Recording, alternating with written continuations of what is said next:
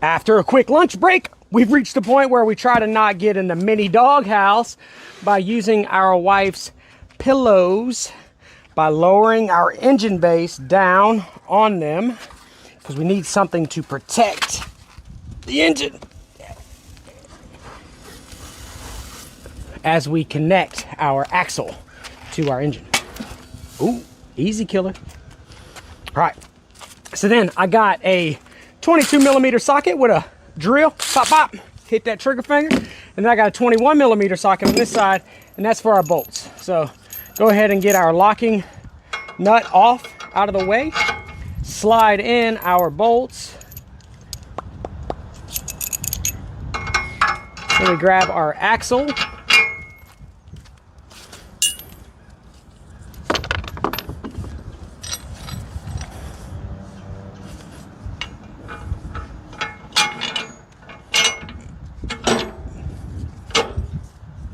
Once you get that on there, you take your 2 washers, pop, pop. Easy, easy now. We don't need a gravity check just yet. Remember, while you're doing this, the objective is to screw, nut, and then bolt. All right then, so let's take our 21mm, get it locked in. Like NASCAR. All right, Stunt Fam, once you get your axle attached to your engine base, you gotta take your basketballs, your DOT rated tires, and get them installed on your axle as well. Just gotta line up the bolts. Once you get them all lined up, you take your 18mm socket and your 16mm socket for the back end and get your lock nuts and washers installed on your bolts.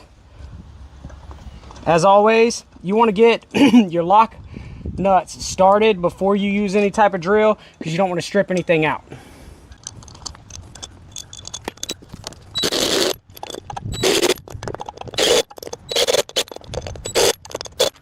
And then just rinse, wash, and repeat on the other side. Please note 2 things. Earlier I said the battery was mounted onto your engine assembly. It is not. It's free sitting right here in the package. It gets mounted on the other side of this later on during the assembly process. And then, since these are in fact DOT rated, don't just use your impact when you tighten those up. Go ahead and put your man hands on it and ensure that they're actually torqued down to the appropriate specifications, because last thing you want is one of these bolts coming off and then you lose a tire on your brand new machine when you're going down the road. I went ahead and lifted it up a little bit and put it on these blocks. I got it resting on the blocks that came with the shipping crate, because the next step they want you to do is go ahead and attach your trailer tongue.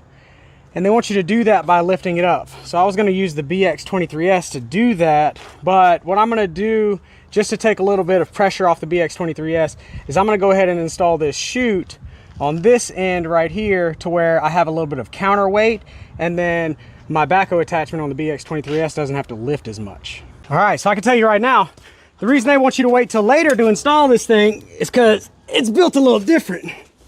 And the smart thing would be to let gravity work in your favor, but I don't know if I have that luxury. Wiggle, wiggle, come on now. You can do it. Ooh, I put a little WD-40 down and got that tarp a little slick. Oh, that was it. Feeder chute installation, check. That wasn't too bad. Mainly the only issue I ran into was that it was a little bit heavy for one person, but this isn't the order you're supposed to be doing it in. You're supposed to allow gravity to help you out. So if you're gonna do it in my order, you might want 2 people, but other than that, try not to get any WD-40 on your blue tarp, because then you'll be sliding all over the place when you're trying to hook it up. But we got it all good to go. It slid in, and then on the other side, it's got these locking clasps, and it just locks it in place. That way, if you have an obstruction in there, you can just flip the chute out of the way and clear your obstruction. So I got the BX23S hooked up with this ratchet strap to the wood chipper using the rubber that came in the box That way I'm not damaging that Ducar engine. And we're gonna go ahead and lift this up. That way the assembly process can keep on keeping on.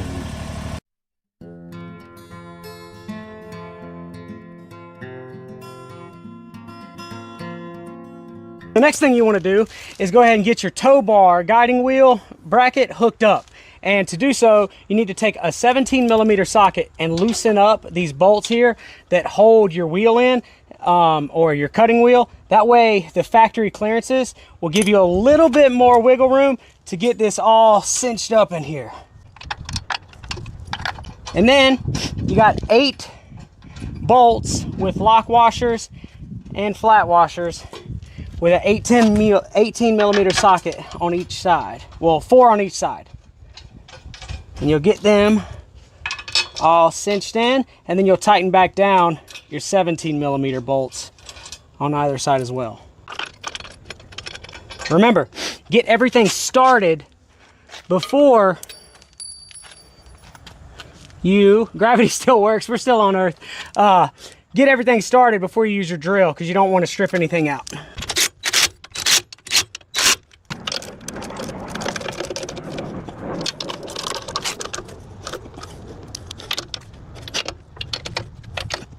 Moving right along, so you take your adapter here, you line up everything, get your bolt right through. Keywords, line everything up. Once you get it through, you take your washer, your locking nut, and you get it started. And then you slide your pin through. Get that locked in place, good to go. Make sure this is started. Grab your 17mm socket. You might want to get something on the other end. Once you get that good to go, then you can flip up your wheels. Ooh, let's see what we're gonna do here. Can we do this? Now we should be able to roll these wheels up. Slide it right over like so. Grab our nut with our cotter pin. Get that screwed on. Give it a wiggle. Get it all the way against the base. Get it all the way through. Find your hole. Slide your cotter pin through. Grab your pliers from under your wheel and give that an old bend to where it can't fall out. And then a little mechanical agitation. Once you get that all bent in place, then you got your other pin. Oops, come on now. Why are you playing games like that? And your washer. Ooh, I think my washer was supposed to go in there. Let me validate that. After a validation, I'm pretty sure this washer right here may be an extra, but we'll see once we finish up. Got to slide our trailer tongue on in here, wiggle, wiggle. There it is, like a glove, like a glove. Get our bolt through. Get our other bolt through. Wiggle, wiggle. Boom, boom. Get our washer on, our lock nut. Get her started. Repeat the process. Can you guys see this? And then tighten it up. And then we're ready to tow this thing. Now it's time to install our discharge chute. Maybe it'll go a little better than the feeder chute. Haha, look at that. Like a glove. Spin her around. Whew. Get her locked in place. We may have to adjust these screws right here on the locking clasp because they have locking washers on them. Yeah, we need to tighten those up a little bit. So we will simply tighten these up right here. That way when we actually latch this down, it's all locked in place. Reaching the final countdown. Right now I need to take this trailer hitch assembly off. That way I can fish these wires down through my trailer hitch tube all the way to the back there where my brake lights are going to be. Because like I told you, this thing is rated for you professionals out there to where you can tow it to job sites, or if you want to get into the rental business where you can rent or lease this thing out. You want to be able to get it from job to job without having to load it onto a trailer when it comes with a built-in trailer. Now I gotta go get something that I can fish these through there. I got my fishing line through there. Got it all taped up with some blue tape, because you notice DIY Specialist always has extra supplies. Then you go ahead and pull it on through. Come on, Lee. Come on. Oh no, it's right there. Aha. As we wrap this thing up, we just gotta grab our bolts for our battery and mount our battery back here on our axle.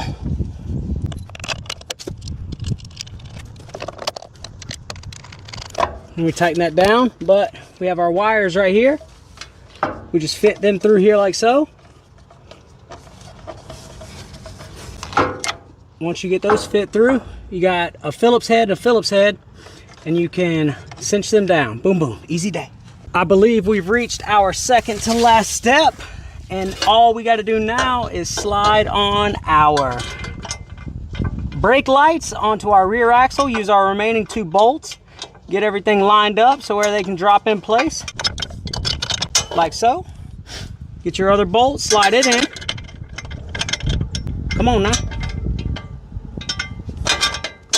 And then get your last 2 washers and lock nuts. Once you get your 2 bolts taut on either side of your brake light assembly, you grab the wire that you fished through earlier and go ahead and hook up your tail lights by just screwing in these 2 connectors.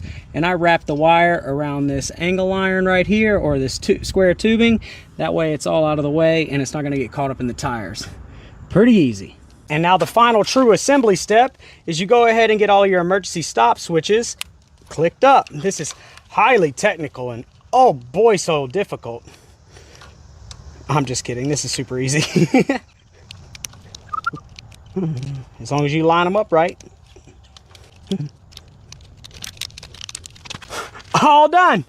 I wasn't lying when I said assembly was done, but I did see 2 grease fittings, one on each side of these trailer wheels on the front, that I wanted to grease before we did a road test. And then you always want to check the air pressure of your tires prior to putting it on the road. And then these here, they just lock it in place to where if you want these wheels to be straight, you go ahead and lock that down. But I want them to be able to pivot right now. Getting ready for the road test. We got this thing hooked up to the CF Moto 500. Obviously the CF Moto doesn't have a power supply for your brake lights, so I'll hook this up in a little while to ensure the brakes are good to go. But a couple points of emphasis: as long as you have a 2-inch ball, you'll be able to fit on your 2-inch trailer assembly for this. And then you want to kick your wheels up by pulling this pin back here out and using the bottom hole instead of the top hole. That way your wheels are out of the way for when you're doing your road test, and then when you get on the job, you can put the wheels back down, which will allow you to maneuver it on the job site with your hand or anything else.